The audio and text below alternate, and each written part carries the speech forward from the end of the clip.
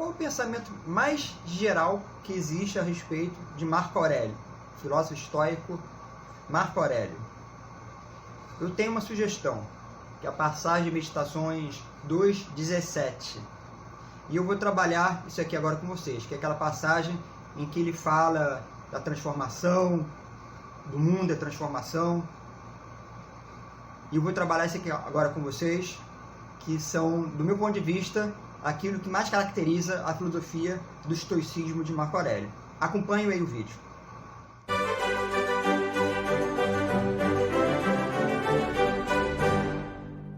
Muito bem, pessoal. Eu sou o Breno Lucano, vocês já devem me conhecer. Sou um pesquisador de filosofia estoica já há uns 20 anos. E vou trabalhar agora, nesse vídeo, sobre a questão mais geral a respeito do estoicismo, aquilo do estoicismo de Marco Aurélio, aquilo que caracteriza de um modo assim bem genérico o estoicismo de Marco Aurélio, que é especialmente aquela passagem de Meditações que consta em 2:17. Eu vou ler a passagem com vocês e vou fazer as devidas reflexões. Antes, contudo, eu peço para que vocês conheçam o meu curso sobre filosofia estoica de Marco Aurélio, o estoicismo de Marco Aurélio. Eu vou deixar aqui em cima o código QR para vocês, acessem esse código, ou então no link aqui embaixo na descrição, também tem um link do curso. Esse curso está hospedado na plataforma Udemy. Eu criei o curso todo, estou criando na verdade ainda estou alimentando o curso, mas já tem um pouco mais de 7 horas de curso só sobre Marco Aurélio. E a plataforma Udemy é uma plataforma completamente segura, o acesso é vitalício, então você estuda no seu tempo, no computador ou até mesmo pelo celular. Eu utilizo muito no celular, os cursos que eu compro lá. Então eu estou trabalhando, por exemplo, estou com o fone, estou escutando meus cursos pessoais. Eu dou completamente mentoria com relação às dúvidas que aparecem, eu respondo. Podem fazer pela plataforma mesmo, tem um mecanismo lá para tirar dúvida, eu respondo todas as dúvidas, e tem certificado no final também. Então não deixe de conhecer o curso. O preço dele é R$ 79, mas a plataforma sempre está dando desconto, aí ele cai bastante, cai para 20 e poucos reais. Então, se hoje está muito caro para o seu bolso, não deixe de conhecer esse curso amanhã ou depois da manhã, quando a plataforma fizer desconto. Mas não deixe de conhecer, porque ele é muito legal, tem muito conteúdo a respeito do estoicismo e especialmente a respeito de Marco Aurélio. Vamos então ao objetivo do nosso curso de hoje, do nosso vídeo de hoje, na verdade, né? A ideia mais geral a respeito de Marco Aurélio. Do meu ponto de vista, eu acho que Meditações 2:17 ele dá bastante informações a respeito disso. Eu vou ler com vocês. Se você tiver com Meditações, pega Meditações também. Pode ter variação de tradução. Eu uso da Martin Claret. Vamos lá. O tempo da vida humana, um ponto. Sua substância, um fluxo. Suas sensações, trevas. Todo o seu corpo, corrupção. Sua alma, um redemoinho. Sua sorte, um enigma. Seu renome, uma cega opinião. Resumindo, tudo em sua matéria, precariedade. Em seu espírito, sonho e fumaça. Sua existência, uma guerra, a etapa de uma viagem. Sua glória póstuma, esquecimento. Que nos pode, então, servir de guia. A filosofia, apenas isso. Aqui, Marco Aurélio, apenas contextualizando a existência humana. Depois ele vai, na segunda parte do 2:17, ele vai dar o que pode suplantar essas situações precárias que se encontra a humanidade. Marco Aurélio, ele é muito ortodoxo nesse sentido com relação ao estoicismo. Desde Zenão, Crisipo, só que ele tem aqui um teor extremamente pessoal. O mundo para ele é precariedade. Por que precariedade? Porque, de um lado, o mundo ele é perecível, e aí ele remete à teoria estoica do nascimento, perecimento contínuo de todas as coisas, como o taoísmo, né, o yin e o yang, todas as coisas estão se movimentando sempre, nesse eterno movimento em que as coisas estão se transformando e se degradando. E Marco Aurélio, muitas vezes em meditações, ele vê isso como um sinal de melancolia. As coisas vão mudar, eu vou perder. Ele reflete muito em cima da perda, da desgraça, da corrupção da matéria. E aí fica a dúvida: será que Marco, nesse sentido, ele está sendo influenciado pelo pensamento neoplatônico, quiçá cristão, que tenta, apesar da precariedade do mundo, suplantar essa própria precariedade a partir da transcendência? É claro que o estoicismo não vai pensar em termos de transcendência. Transcendência é cristão. Mas Marco Aurélio pode pensar numa espécie de tentativa de saída do mundo através dos próprios mecanismos do mundo. De que modo? Entendendo que as coisas vão se degradar para que elas possam novamente se realizar. Marco Aurélio, ele teve uma vida muito difícil.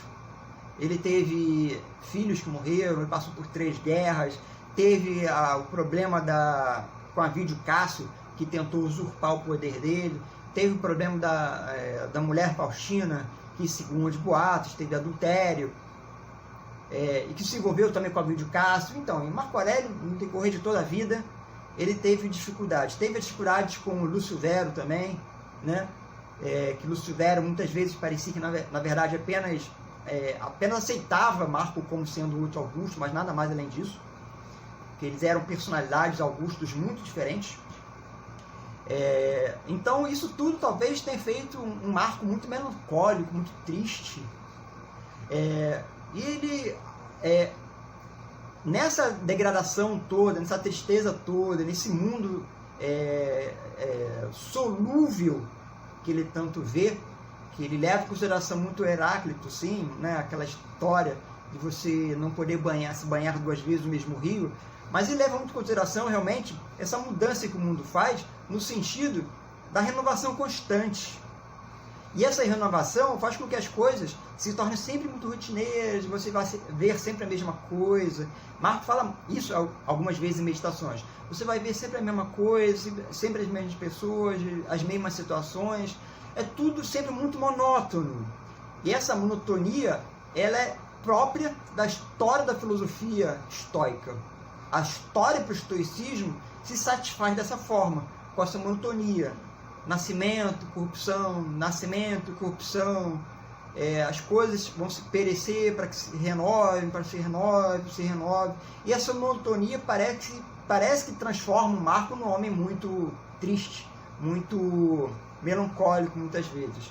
E para ele, então, o que é capaz de suplantar essa tristeza e essa monotonia e essa degradação própria do mundo? Para ele, apenas a filosofia. E aí ele continua, então, em Meditações 2.17. A filosofia consiste em fazer com que o gênio interior de cada um seja invulnerável aos ultrajes, impassível, superior aos prazeres e às dores. Aqui ele é bem estoico. Tem que ser indiferente. Sentir dor tem que ser indiferente. Sentir o prazer tem que ser indiferente. Ou pelo menos tentar ser, né? Essa é a perspectiva estoica. Que não se mova ao acaso por falsidade ou por maldade. O sábio estoico, e aqui ele tem essa diretriz, né? A filosofia determina e circunscreve o sábio estoico. É aquele que age segundo a razão apenas. Apenas age segundo a razão. E não existe outra possibilidade. Por isso ele não age por acaso. Todos os passos dele são meticulosamente pensados. Que aceite a vicissitude e destino como sendo provenientes da mesma origem. Ou seja, tudo aquilo que acontece segundo a vontade divina. Daí aquela diretriz estoica: age de acordo com a natureza.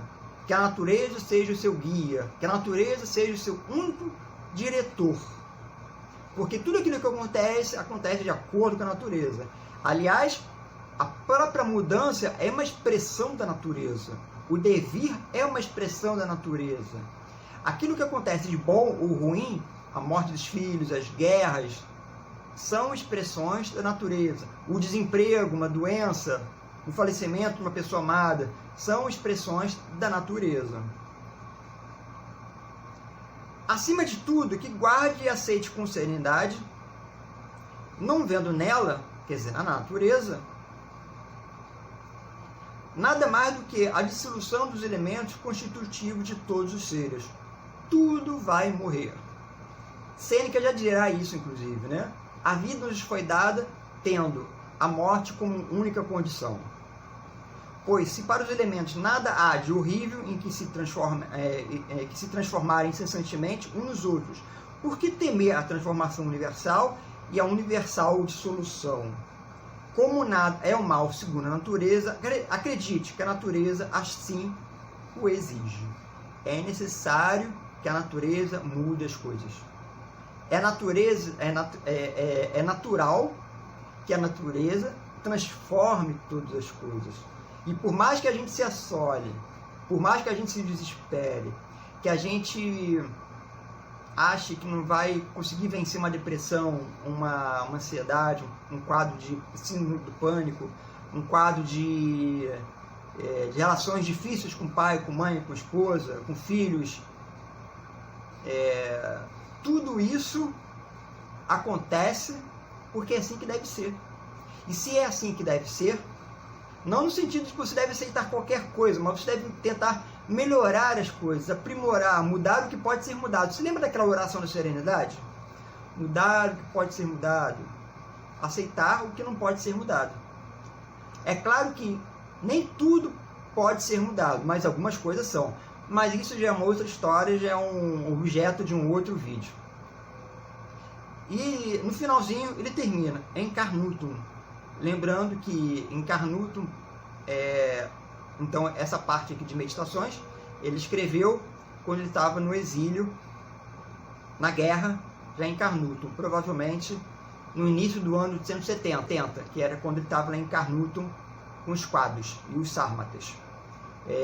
Provavelmente então em 171, 72, 3, por aí, foi quando ele escreveu então essa parte aqui que ele escreve em Carnutum.